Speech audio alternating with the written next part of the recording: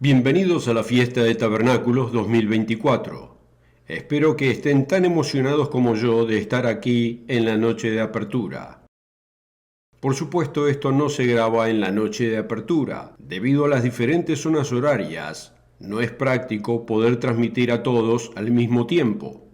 Por eso grabamos estos videos con anticipación, un par de meses antes, porque necesitan ser traducidos a otros idiomas, enviados a todos los sitios de fiesta y también a algunas de las personas que están confinadas en sus hogares, que no tienen acceso a Internet. Eso lo hace interesante, porque no sé dónde estará nuestro mundo cuando vean esto. Un par de meses pueden hacer una diferencia dramática en el mundo en el que vivimos hoy. Los eventos están sucediendo muy rápidamente y toman lugar eventos importantes. Un buen ejemplo de eso fue el año pasado. En el último gran día, alguien vino y dijo: están en guerra en el Medio Oriente, y pensé, bueno, tal vez hubo un pequeño ataque y los judíos están tomando represalias. Pero ¿quién sabía en ese momento el efecto dramático de lo que sucedió allí, lo desastroso que fue y cómo cambiaría nuestro mundo? Así que nuestro mundo está cambiando muy rápidamente. Durante el primer y tal vez el único debate presidencial entre Donald Trump y Joe Biden, tuvimos una situación en la que se mencionó la Tercera Guerra Mundial. Ahora, el hecho de que se haya mencionado es significativo, porque no hemos hablado de la Tercera Guerra Mundial a ese nivel durante mucho tiempo.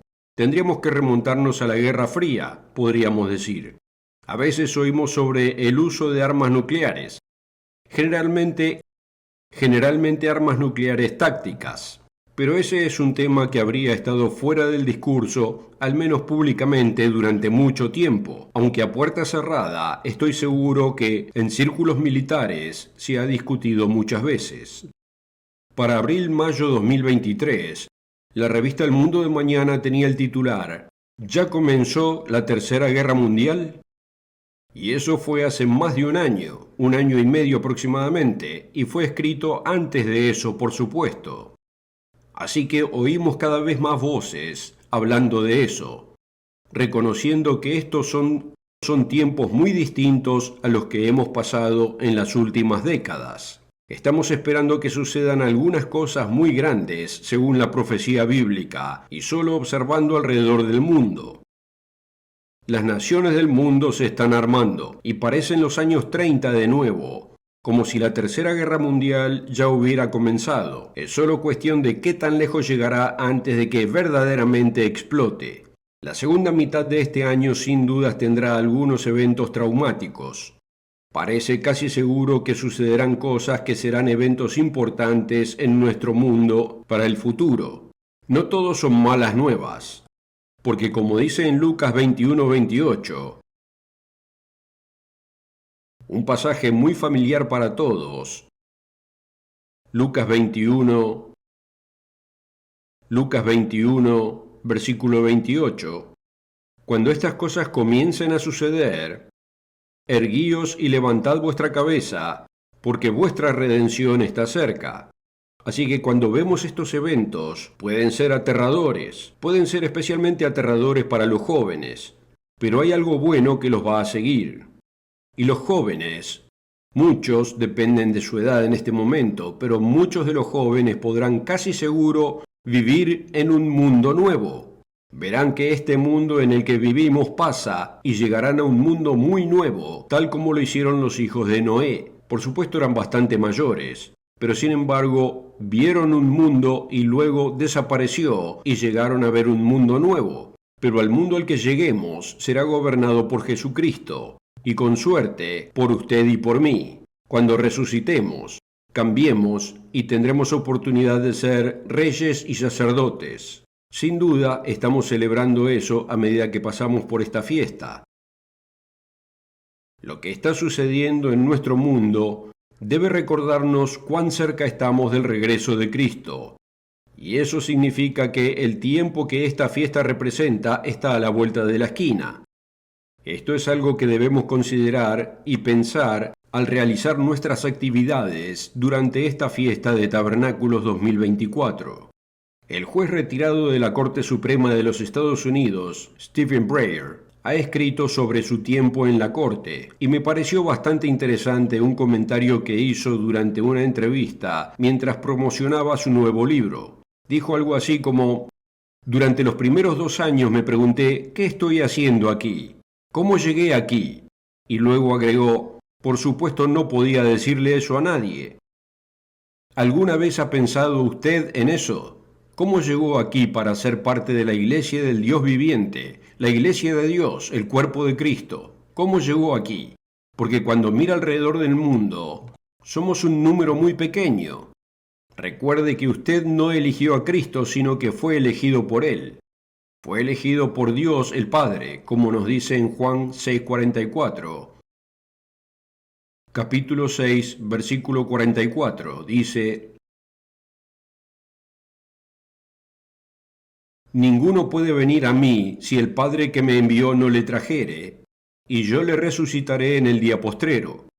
Ahora, resucitar el día postrero es muy emocionante, pero nadie puede venir a Dios ni a Cristo a menos que el Padre del cielo lo traiga. Eso significa que si está aquí, si entiende estas cosas, si ha sido bautizado y ha recibido el Espíritu Santo, fue llamado por Dios Padre. Y eso es algo muy especial. Continúa diciendo, escrito está en los profetas, y serán todos enseñados por Dios. Así que, todo aquel que oyó al Padre y aprendió de Él, viene a mí. Así que Dios debe enseñarnos, y venimos a Cristo porque Él ha abierto nuestras mentes. Cuando piensa en ello, ¿cuántas personas oyen la palabra? Si va a las presentaciones del Mundo de Mañana, sabe que la mayoría de los que van a esas presentaciones simplemente no lo entienden. Les pasa desapercibido. Y ciertamente he visto eso una y otra vez, y no importa cómo lo diga, cuán poderosamente lo diga, al menos en su mente, cuán claramente lo exprese, por lo menos en su mente, a menos que Dios abra esa mente, apretando la tuerca allí, por así decirlo, con el poder de su Espíritu Santo, simplemente no lo entienden. Dios debe llamarlos. Recuerde en Juan 15, 16, Juan capítulo 15, versículo 16, Él les dijo algo a sus discípulos que es vital para nosotros también. Juan 15, 16 dice, no me elegisteis vosotros a mí, sino que yo os elegí a vosotros, y os he puesto para que vayáis y llevéis fruto, y vuestro fruto permanezca, para que todo lo que pidiereis al Padre en mi nombre, Él os lo dé.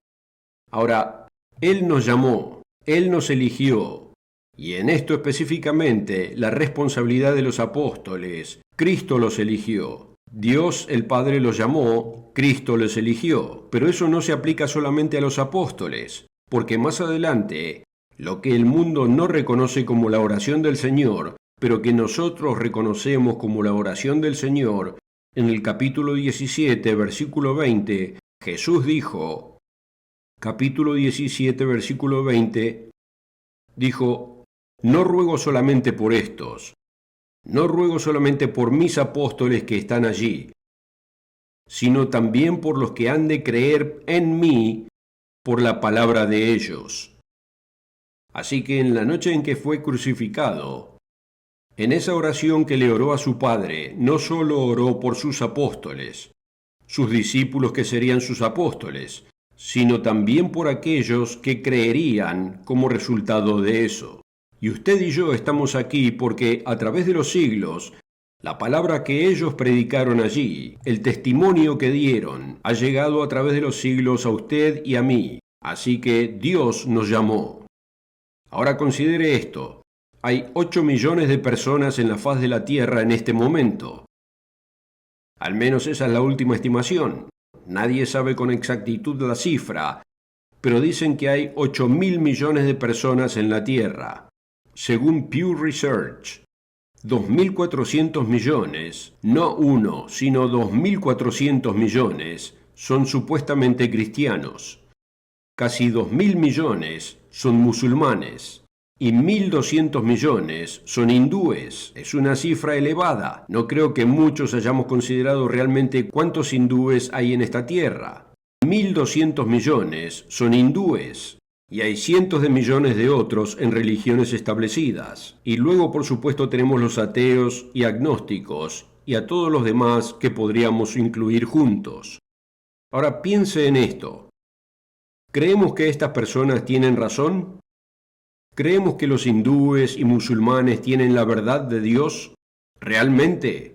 Creo que la mayoría sabemos que no. En especial los hindúes, que se inclinan ante varios ídolos y tienen varios dioses. Que creo que todos sabemos que, al menos si la Biblia está en lo cierto, estas personas no pueden tener razón. Y el Islam tampoco es la religión de la Biblia. Ciertamente, creo que reconocemos que Dios no está trabajando allí. ¿Y qué pasa con los miles de millones de cristianos que han absorbido costumbres paganas e infieles y las han incluido en su práctica, su adoración y sus doctrinas y luego le han puesto el nombre de Cristo? Cuando pienso en toda prueba de por qué estamos aquí en el lugar correcto, solo recorro la lista y miro lo que no puede ser. Tarde o temprano se llega a lo que puede ser la verdad de Dios. Y aquí estamos. Un grupo imperfecto, podría decir variopinto, los débiles del mundo en gran parte. Pero creemos que estamos en lo cierto, que tenemos la verdad de Dios. Eso es notable en cierto modo. Así que, ¿cómo lo sabemos? ¿Cómo sabemos que estamos en el lugar y en el momento correcto? ¿Alguna vez se ha preguntado eso? Yo lo hago. Me lo he preguntado muchas veces a lo largo de los años. Un poco como Stephen Breyer. ¿Cómo llegué aquí? ¿Cuáles fueron las circunstancias? ¿Por qué fui llamado yo y no otro? Y así volvemos a las preguntas básicas de la vida. ¿Existe Dios? Ustedes saben que esto ciertamente ha sido un interés para mí y el señor Wally Smith y el señor Richard Ames. Hemos hablado sobre las pruebas de Dios en oposición a la evolución y lo hemos estudiado. El señor Smith tiene un folleto sobre la creación o evolución que muestra que tanto las doctrinas de este mundo como las ideas de creación de los cristianos, en la mayoría de los casos, son erróneas. Claro, también demuestra que la evolución no puede ser. Tiene que haber un creador, alguien con una mente tan increíblemente fantástica como para hacer posible la vida en esta tierra, ya sea que miremos hacia el universo y su inmensidad, o que miremos hacia abajo, hacia las células más pequeñas y simples, y reconozcamos que no hay nada de simple en ellas. No hay forma de que esto haya podido evolucionar. Es matemáticamente una imposibilidad. Y lo reconocen incluso los científicos. Pero su respuesta es, pero estamos aquí, así que sucedió. Pero eso no es una buena respuesta. Hay una alternativa, y es que hay un creador. Entonces, ¿existe Dios? Cada uno debe probárselo a sí mismo. No podemos solo asumir que Dios existe. Debemos probarlo nosotros mismos. Hay muchas formas diferentes de probarlo. Podemos mirar nuestro jardín, podemos observar los pájaros, las abejas, los lagartos y todos los animalitos que hay por ahí, los conejos y tal vez un ciervo que pasa por aquí de vez en cuando. Podemos ver la maravilla de la vida que Dios creó, la perfección, como el pequeño colibrí, y cómo puede moverse. Y es muy diferente de un águila. No vinieron del mismo lugar. No importa cuánto tiempo haya pasado, simplemente no sucedió de ese modo. Operan de forma distinta y el pájaro tiene un tipo de pulmón diferente a los mamíferos. ¿Cómo sucedió? Podríamos entrar en muchas pruebas distintas, pero eso se lo dejo a usted para hacer ese estudio. Lo segundo ¿es la Biblia la palabra de Dios? ¿Es este libro que llamamos la Biblia inspirado por Dios? ¿Viene esto de nuestro Creador? ¿Una revelación para nosotros de su voluntad y de su mente? Es algo otra vez que debemos probar. Cuando veo las profecías, veo el capítulo 14 y el capítulo 12 de Zacarías y algunas de las profecías y cómo se están cumpliendo ante nuestros ojos a medida que nos acercamos al fin de los tiempos. O en Daniel capítulo 12, creo que es el versículo 4 que dice: muchos correrán de aquí para allá y el conocimiento se aumentará. Eso se refiere al tiempo del fin. Cuando vemos la inteligencia artificial y vemos lo que está sucediendo allí, ¿ha habido alguna vez un tiempo sobre la faz de la Tierra en que la inteligencia o el conocimiento aumentaran a un ritmo tan exponencial? Creíamos que iba bastante rápido antes de la inteligencia artificial. Ahora realmente se está activando. ¿Cuánto más rápido puede ir?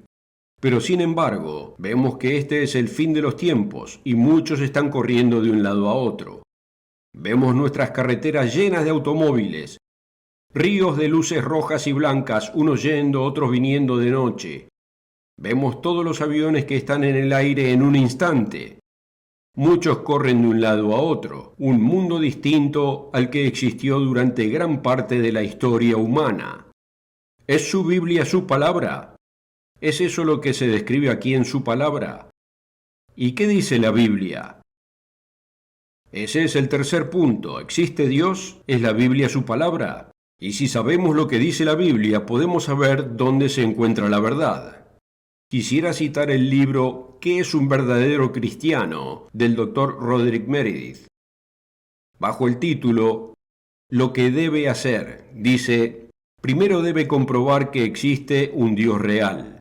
No simplemente una esencia del bien que flota en el espacio, sino un personaje real con un cuerpo espiritual, el Dios que creó los cielos y la tierra y que reina como soberano sobre todo el universo. Y luego cita Hebreos capítulo 11, versículo 6. Quizás quiera anotarlo, pero estoy seguro de que muchos lo han memorizado, donde dice, sin fe es imposible agradarle.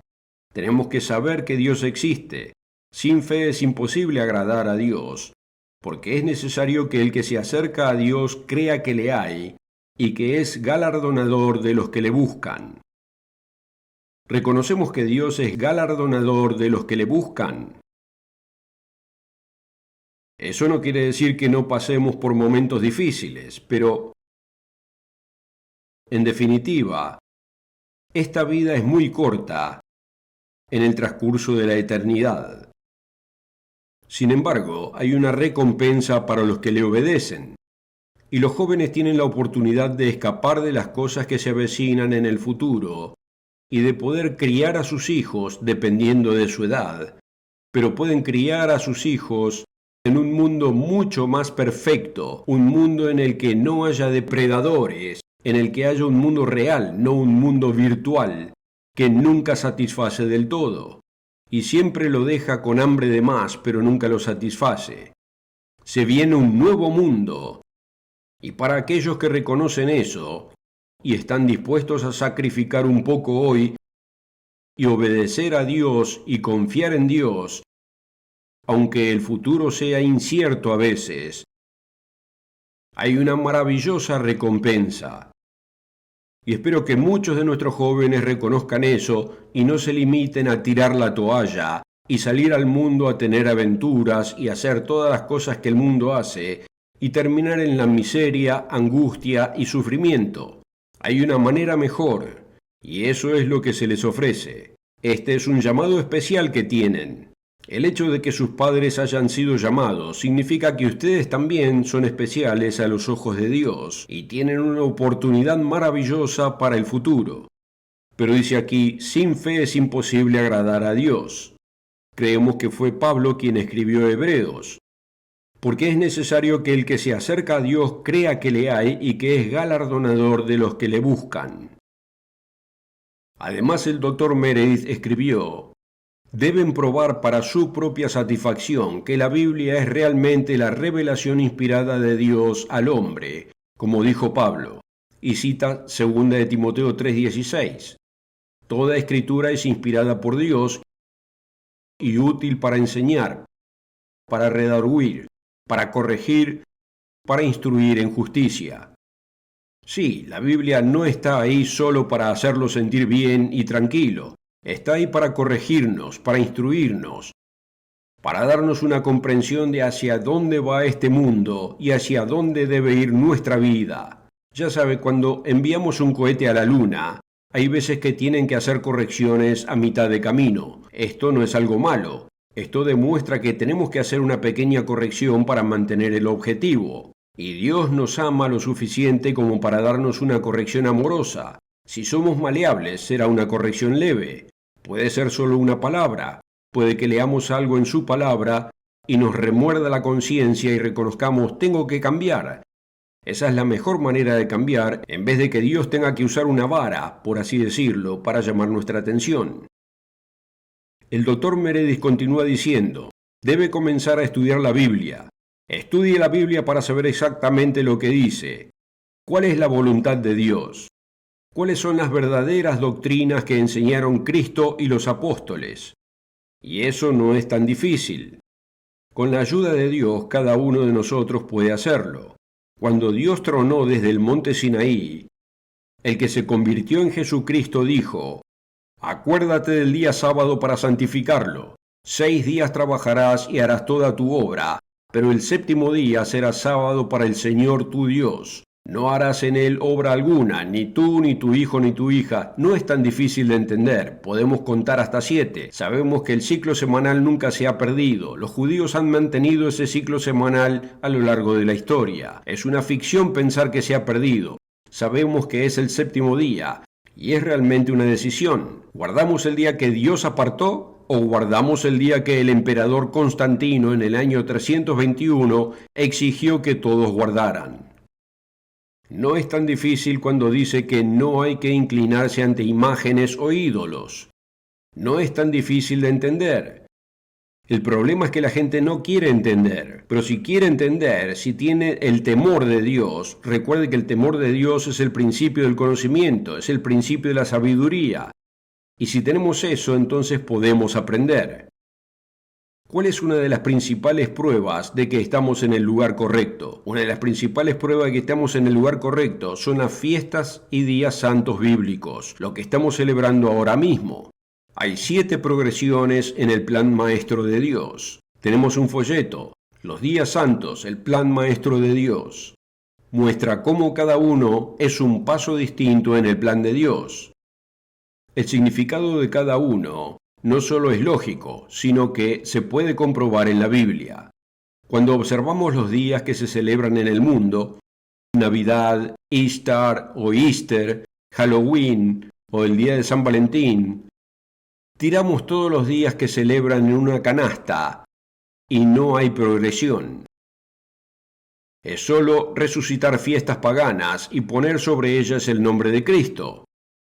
Pero cuando vemos los días santos bíblicos, que podemos leer en Levítico 23, donde podemos leer acerca de la fiesta de los tabernáculos, Deuteronomio 14, y sin duda escuchará eso en algún momento durante esta fiesta aquí. Cuando observamos el Nuevo Testamento, la Pascua y los días de panes sin levadura, observamos 1 Corintios capítulo 5, leemos eso tantas veces, especialmente durante los días de panes sin levadura. Pero ¿qué importancia tiene ese enunciado? Esto es algo que el apóstol Pablo hizo a los gentiles corintios y pone un sello de aprobación en la Pascua y los panes sin levadura cuando dice aquí, versículo 7, por tanto limpiaos de la vieja levadura. Ahora bien, ¿de dónde viene la levadura? No escuchamos al mundo hablar de levadura, pero la Biblia habla de levadura. Quienes están en el mundo pueden decirlo cuando hablan de hornear un pastel o una barra de pan, pero esto es un enunciado muy fuerte sobre una de las fiestas de Dios. Él dice, por tanto, limpiaos de la vieja levadura, y está hablando de un problema en la iglesia allí, porque la levadura física representa la levadura espiritual, y él está tratando con la levadura espiritual allí, para que seáis nueva masa, sin levadura como sois. Y note la última parte del versículo 7, porque nuestra Pascua, que es Cristo, ya fue sacrificada por nosotros. Por eso Cristo fue sacrificado en el día de la Pascua. Es algo que casi nadie en las religiones del mundo reconoce, que fue la Pascua en la que Él fue sacrificado. Ahora bien, tal vez tengan un concepto un tanto vago de ello, pero nosotros entendemos algo que el mundo no entiende, y sin embargo aquí se afirma claramente. Los relatos de los evangelios nos muestran que fue en la Pascua en la que Él fue crucificado. Mateo, Marcos y Lucas lo señalan. Incluso muestra que los judíos en ese tiempo estaban celebrando la Pascua en el momento equivocado, porque estaban mirando al día siguiente y toda esa confusión de la Pascua y los días de panes sin levadura. Estaban equivocados en eso, pero la Biblia lo deja muy en claro. Él dice así que celebremos la fiesta no con la vieja levadura ni con la levadura de malicia y de maldad, sino con panes sin levadura de sinceridad y de verdad. Así que vemos aquí mismo en este pasaje, solo 2 versículos, que la Pascua representa el sacrificio de Cristo, su sacrificio en nuestro lugar, para que nuestros pecados puedan ser perdonados, porque Él pagó la pena de muerte por nosotros, Él derramó su sangre en lugar nuestro. Entonces debemos responder a ese sacrificio quitando la levadura espiritual de malicia y maldad de nuestra vida. Luego tenemos el tema de Pentecostés. En Deuteronomio capítulo 5, versículo 29 dice: «Oh, si tuvieran tal corazón que me temieran y guardaran todos mis mandamientos todos los días, para que le fuera bien a ellos y a sus hijos para siempre». Esto se puede ver en Deuteronomio 5:29. Esto es después de la enumeración de los 10 mandamientos. Hay 2 capítulos que dan los 10 mandamientos, Éxodo 20 y Deuteronomio 5. Después de enumerar los mandamientos dice: «Oh, si tuvieran tal corazón para obedecer». Aunque dijeron que obedecerían, no tenían el corazón para obedecer. En Ezequiel 11 tenemos una declaración, solo un lugar, donde se hace hincapié en este punto. Hay otros como Ezequiel 36 y Jeremías 34. Aquí vemos en Ezequiel capítulo 11 y versículo 19: «Y les daré un corazón», Ezequiel 11:19, «y les daré un corazón y un espíritu nuevo pondré en ellos, y quitaré el corazón de piedra de en medio de su carne, y les daré un corazón de carne». ¿Por qué? Versículo 20.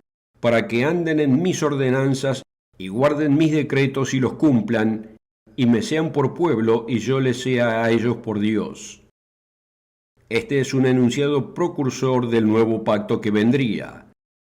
Leemos sobre eso en el libro de Hebreos, capítulo 8.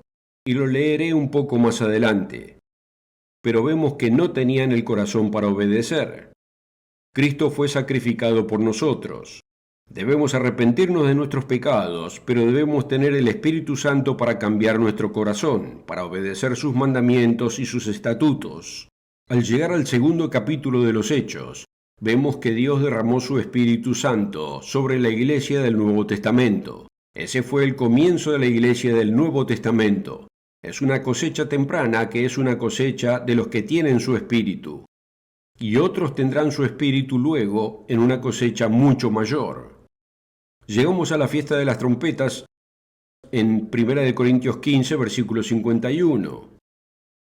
Estos son pasajes bíblicos muy familiares para nosotros. Los conocemos, los comentamos, los leemos en los días santos. Este pasaje se lee en funerales. Pero muchos de estos pasajes están fuera del radar de la mayoría en el mundo. Se llaman a sí mismos cristianos, son personas sinceras, se esfuerzan por hacer lo correcto, pero Dios aún no los ha llamado. Eso es parte del plan de los días santos, que Dios tiene un tiempo para cada uno. Cuando llegamos al último gran día, vemos cómo Dios los incluye. El amor de Dios es para toda la humanidad, no solo para nosotros, sino para todos. En 1 Corintios 15, versículo 50 dice: «Pero esto digo, hermanos, que la carne y la sangre no pueden heredar el reino de Dios, ni la corrupción hereda la incorrupción. No nos vamos al cielo al morir. El reino de Dios todavía está en el futuro. Sabemos por muchas escrituras de qué se trata el reino de Dios. Él dice: ni la corrupción hereda la incorrupción. He aquí os digo un misterio: no todos dormiremos, pero todos seremos transformados en un momento, en un abrir y cerrar de ojos, a la final trompeta. Porque se tocará la trompeta y los muertos serán resucitados incorruptibles y nosotros seremos transformados». En el Nuevo Testamento tenemos otros pasajes que hablan del toque de trompeta. Primera de Tesalonicenses 4 es un ejemplo, y también en el libro de Mateo. Vine a este porque estoy repasándolos muy rápidamente, pero aquí dice la última trompeta. Cuando pasamos al libro de Apocalipsis, comenzando aproximadamente en el capítulo 8 hasta el capítulo 11, versículo 15, se habla de la séptima trompeta, que suena, y el regreso de Cristo. La séptima es la última trompeta. Corresponde con lo que se afirma aquí y con lo que se afirma en 1 de Tesalonicenses 4, mostrando que no hay un rapto como lo ve el mundo. Hay un momento en el que Cristo regresará a esta tierra, y es cuando tendrá lugar la resurrección. Luego llegamos al día de la expiación. Levítico 16 nos da mucho simbolismo de lo que se trata aquí. Y podemos leer en Apocalipsis 20, en los primeros 3 versículos, que muestra que después de que Cristo regrese, una de las primeras cosas que Él va a hacer es quitar a Satanás, ese espíritu de maldad que ha estado influenciando al mundo. Él es el espíritu de corrupción, el que ha dirigido el curso de este mundo, el príncipe de la potestad del aire, como dice allí en Efesios, capítulo 2, en el versículo 2. Él va a quitar a ese individuo, a ese ser, y a todos sus demonios por 1000 años. No podrán influenciar a las personas durante el tiempo que estemos aquí para celebrar el reinado milenial de Jesucristo. De eso vamos a hablar durante esta fiesta, el milenio, el tiempo cuando todos aprenderán la senda de vida de Dios. Durante 1000 años, usted y yo vamos a ser reyes y sacerdotes, trabajando con la humanidad, trayendo paz a este planeta atribulado. ¿Qué tiempo tan maravilloso será ese? ¿Qué tiempo maravilloso será para aquellos que son jóvenes y que vivan en ese tiempo y vean un mundo que es muy diferente del mundo en el que vivimos hoy? Espero que nuestros jóvenes esperen con ansias ese momento. Estamos aquí siguiendo los pasos de nuestro Salvador. Sabemos que Jesús celebró la fiesta de tabernáculos y el último gran día. Lo sabemos por Juan capítulo 7. Podemos leerlo brevemente. Es interesante cómo la gente puede leer esto y pensar que Jesús no celebró la fiesta de tabernáculos. Solo leen una parte sin leerlo todo. Pero dice en el versículo 1, después de estas cosas andaba Jesús en Galilea, pues no quería andar en Judea porque los judíos procuraban matarle. Buena razón para no entrar a la ciudad. Estaba cerca la fiesta de los judíos, la de los tabernáculos. Juan escribió mucho después. Para ese entonces había mucha confusión. El templo había sido destruido. Jerusalén había sido destruida. Él dejó muy claro que era la fiesta de los tabernáculos de los judíos, pero más que la fiesta de los judíos, porque cuando se dio por primera vez, esas eran las fiestas del Señor en Levítico 23, que debemos proclamar en sus diferentes tiempos.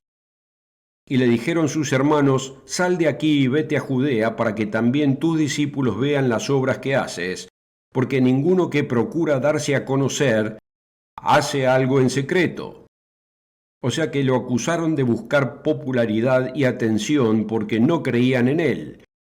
Como dice el versículo 5. No creían en él en ese momento, pero después de la resurrección sí creyeron en él. Santiago y Judas, medios hermanos de Cristo, sí creyeron en él después. Jesús les dijo, mi tiempo aún no ha llegado, mas vuestro tiempo siempre está presto.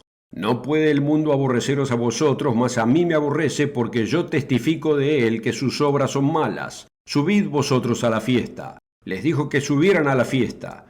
Yo no subo todavía a esa fiesta porque mi tiempo aún no se ha cumplido. Y luego sabemos que él subió a la fiesta y se mostró abiertamente a mediados de la fiesta.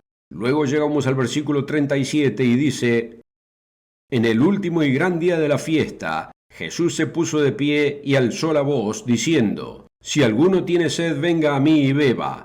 El que cree en mí, como dice la Escritura, de su interior correrán ríos de agua viva. Sí, todo el mundo en ese momento podrá venir a él, porque eso es después del milenio. Ese es el tiempo del juicio del gran trono blanco. El tiempo del que tendremos mensajes al menos durante el último gran día. Así que tenemos la fiesta de los tabernáculos y el último gran día, y es por eso que estamos aquí en este momento. También sabemos que Jesús estará allí para celebrar la primera fiesta al principio del milenio. Me pregunto cómo será, porque aquí se describe el día del Señor, este tiempo de gran angustia, y muestra a los ejércitos de esta tierra peleando contra Cristo.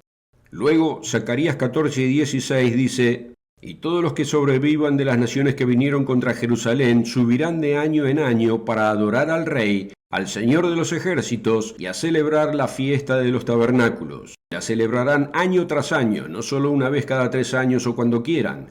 Ahora, puede que no siempre puedan ir a Jerusalén, porque Jerusalén no podría albergar a un grupo tan grande de personas durante el milenio, pero la gente probablemente podrá ir allí tal vez una vez en la vida. Habrá otros lugares de fiesta como los tenemos hoy. Habrá otros lugares de fiesta donde la gente dejará sus hogares y vivirá en viviendas temporales y podrá tener comunión, tal como nosotros, y disfrutar de esta maravillosa fiesta que supera por mucho a las fiestas de este mundo. 8 días completos de regocijo. Y acontecerá, Zacarías 14, 17, que los de las familias de la tierra que no subieren a Jerusalén para adorar al Rey, al Señor de los ejércitos, no vendrá sobre ellos lluvia. El mundo entero va a guardar lo que usted y yo estamos guardando ahora.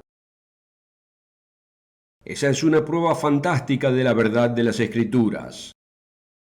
Los días santos de Dios nos muestran dónde está obrando Él. El sábado y los días santos lo muestran. Hay muchas otras pruebas que tenemos, pero estas son algunas de las mayores pruebas de que lo que estamos haciendo es lo correcto. No es tan difícil si nuestras mentes están abiertas para verlo. Es difícil creer, ¿no es cierto?, que de todos los miles de millones de personas sobre la faz de la tierra, por cualquier razón, Dios lo llamó a usted y me llamó a mí.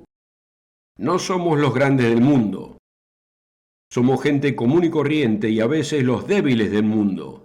Pero Dios nos está usando para un gran propósito. Nos va a hacer reyes y sacerdotes y vamos a gobernar con Cristo en ese momento. No sé si nuestras mentes realmente puedan comprender eso, si podamos comprender lo que eso realmente significa, pero llegará un momento en que Cristo regresará y seremos transformados en un instante, o nos iremos a dormir durante esta vida. Sin duda, muchos de nosotros lo haremos. Pero ¡boom! Nuestro próximo pensamiento consciente, desde que nos vamos a dormir hasta que Cristo regrese, pueden ser 5 años, 100 años, 1000 años, pueden ser 10.000 años. ¡Boom! Será de ese modo. Seremos resucitados, seremos elevados de la tierra, por así decirlo, y estaremos donde está Dios. Y es algo increíble cuando lo piensa. Se nos darán cuerpos que nunca más tendrán dolor. Nunca se enfermarán, nunca se cansarán. Viviremos por toda la eternidad. ¡Qué cosa tan maravillosa que será! Durante 1000 años estaremos enseñando a otros seres humanos por amor y preocupación por ellos y experimentando la alegría de los padres que ven a sus hijos yendo en la buena dirección. No sé si realmente podemos comprender eso, pero eso es lo que estamos aquí para pensar. Eso es lo que estamos aquí para celebrar en este momento. Versículo 18. Y si la familia de Egipto no subiere y no viniere, y eso va a ser una píldora amarga de tragar para ellos, sobre ellos no habrá lluvia. Vendrá la plaga con que el Señor herirá a las naciones que no subieran a celebrar la fiesta de los tabernáculos. Esa será la pena del pecado de Egipto y del pecado de todas las naciones que no subieren para celebrar la fiesta de los tabernáculos. Así que somos pioneros. Lo estamos haciendo ahora. Y vamos a enseñar como resultado durante ese tiempo. Así que espero que todos vengan preparados cada día a absorber los mensajes que Dios inspira. A medida que avanzamos en la fiesta, practiquemos el estilo de vida de Dios, de preocupación extrovertida y de cuidado por los demás. Sabemos que con los que nos codeamos en el mundo no son del pueblo de Dios en este momento. Estoy hablando de aquellos que no son llamados. Eso incluye la mayoría de los camareros y camareras, los que limpian las habitaciones y con los que nos cruzamos en las tiendas y demás. Hay mucha gente maravillosa aquí, gente amable, gente que se esfuerza por hacer lo correcto, pero que no ha sido llamada. Tratémoslos a todos con amabilidad, ya sea que sean amables y gentiles con nosotros, o que se sientan frustrados en un restaurante como camareros si han tenido un mal día. Tratémoslos con respeto, mostrémosle el amor de Dios y la forma de vida que habrá en esta tierra en tan solo unos años a partir de ahora. Practiquemos esa forma de vida. Y ahora vayamos a nuestros hogares temporales. Descansemos bien, durmamos bien y regresemos mañana y todos los días durante la fiesta de los tabernáculos para aprender más sobre este tiempo especial futuro. Que pasen una maravillosa fiesta de tabernáculos y último gran día 2024.